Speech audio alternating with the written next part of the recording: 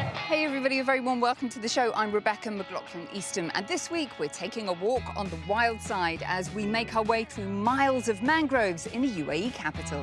And what a fitting backdrop for my conversation about conservation with the head of Abu Dhabi's environmental agency. We must invest in the greatest museum of all, and that is nature. A little bit later on, we'll head to Jordan to find out how migratory birds transiting through the Middle East and North Africa face a perilous journey. But first, let's learn more about the lush and watery forest that surrounds me here and meet a lady who's looking to safeguard the UAE's environment for generations to come.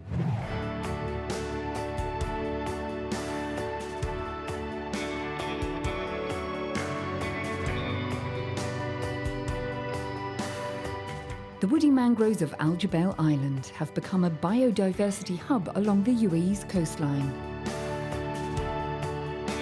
This vast area is a playground for gazelle. It's a place flamingos flock to.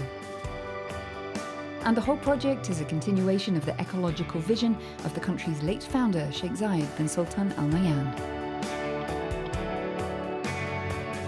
The Jubail Mangrove Park is basically a small component of an overall vision. The vision extends to the entire 32 square kilometer island, and our vision is to create a very low density development in harmony with the surrounding protected and environmental areas. There's a myriad of species out here, and really over 80 species of bird life and 13 species of various crabs of different sizes, and of course a myriad of fish species that come along with an environment such as this. A report by the WWF states that the Earth's ecosystems are in steep decline, and this could ultimately put global economies at risk. Heeding this is the environmental agency of Abu Dhabi, which launched in 1996 to become the largest environmental regulator in the Middle East. Charting its course is Razan Al Mubarak, who has overseen the conservation of turtles and the reintroduction of an endangered oryx to Chad. Razan is also managing director of the Mohammed bin Zayed Species Conservation Fund, which has supported more than 2,000 projects in 150 countries worth more than $19 million. And to discuss innovation with conservation, Inspire met Her Excellency amidst the mangroves. Your Excellency, it's a pleasure to meet you. Thank you for talking to me today. Pleasure, Rebecca. We stand here surrounded by what's nicknamed to be a green lung, the mangroves. It's benefiting neighbouring cities like Abu Dhabi and Dubai. Tell me how. To a certain extent, perhaps it's because it was very much part of a cultural identity that one can say was essentially institutionalized with the formation of the state.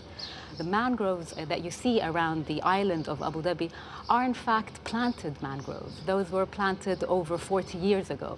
But today, their mitigation efforts are immense. Today, they absorb more than 41 million tons equivalent of carbon dioxide, which is essentially more than double the emissions of the oil and gas sector. So very significant.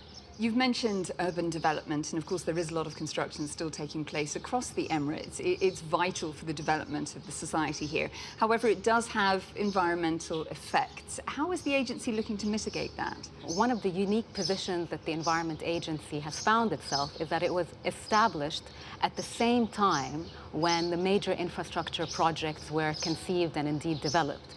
So we weren't established afterwards, and environmental regulations didn't come afterwards, but came in parallel with the development.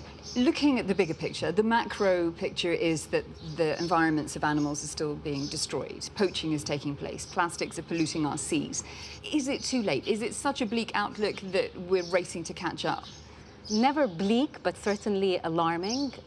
There are a number of reports that have been conducted by thousands of scientists that indicate that we are facing a sixth extinction. If we don't do anything, we're at risk of losing more than 1 million species in the next few years. We must invest in the greatest museum of all, and that is nature. And you know, in its conservation and preservation, it is a reflection of our humanity. Let's look at the UAE's overexploited fish stocks, like hamur and sherry. Sometimes they're fished to 5 times their sustainable limit. Where do we go from here? Can you bring it back to sustainable levels?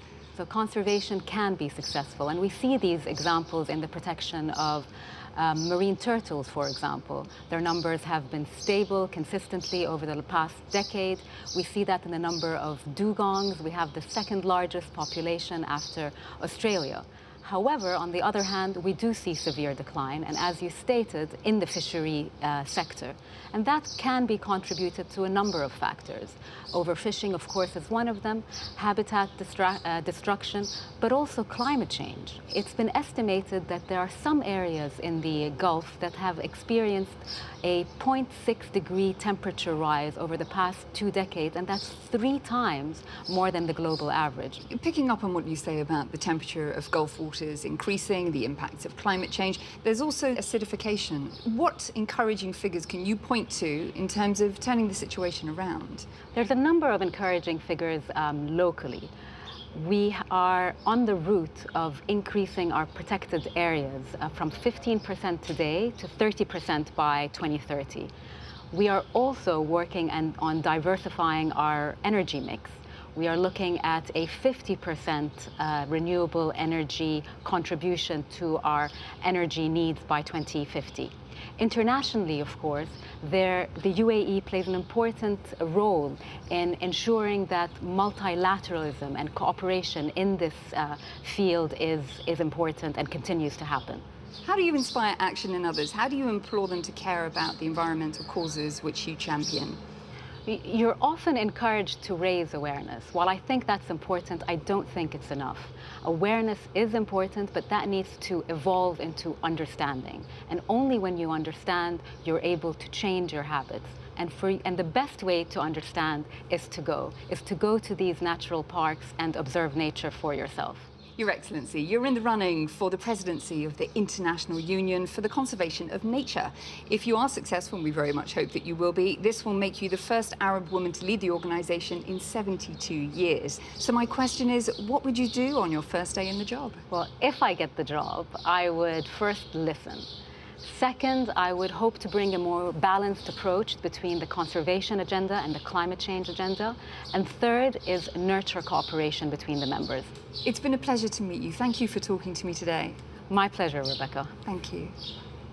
There are many factors endangering the lives of birds as they make their seasonal transit from their warm summer bases to their winter habitats. As Rosalise Thompson discovered when she visited a key migratory corridor located right here in the Middle East.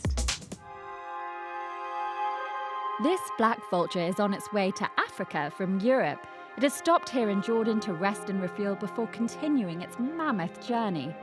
According to the Royal Society for the Protection of Birds, every spring and autumn, more than 500 million birds fly through the Middle East and North Africa to breed or escape the winter months.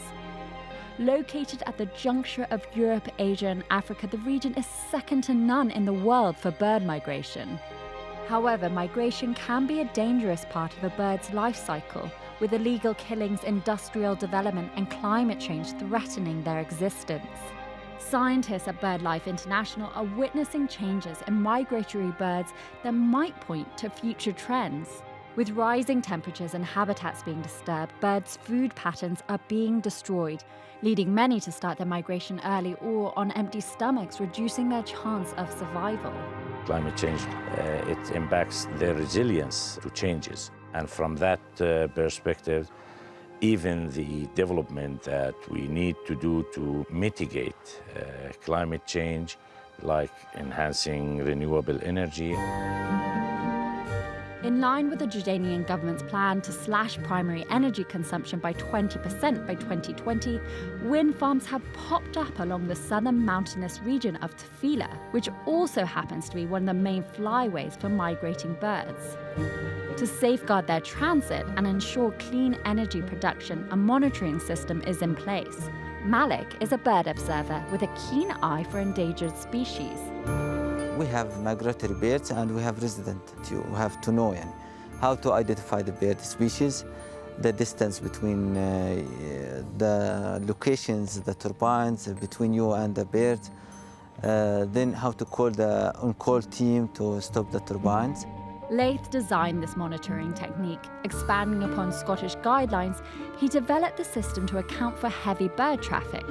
So in Jordan, I would say that it's one of the leading countries in this, and we're trying to spread out the lessons we're learning on the regional level to Lebanon, Saudi Arabia, and to the UAE. Laith believes that flocking together with scientists from other countries is vital to the future protection of all birds. We even get information from observers and from people who monitor birds in the Balkans, in Bulgaria, where some of our birds were even documented that we thought were our birds were really breeding in the Balkans, although they were tagged in our region. Here in Jordan's largest nature reserve, Dana, Tarek, who works for the Royal Society for the Conservation of Nature, is proud of his team's rehabilitation efforts. In particular, their rescue of an injured Cinereus vulture, an endangered species. After a year of providing it with veterinary care and fitting it with a tracker, the bird of prey was released to continue its journey. For as long as the kingdom remains a vital migratory corridor for birds, researchers will continue to strive to protect as many species as possible, in the hope that their safe passage will be guaranteed and their population numbers continue to soar. Well, it's almost time for me to head back to dry land. Before I do so, here are some nature-loving Instagrammers that caught our attention this week. Thanks for watching. I'll see you next time. Wildlife warrior Rami tries to safeguard the survival of Lebanese turtles. And conservation photographer Wata wants to save migratory birds in Egypt.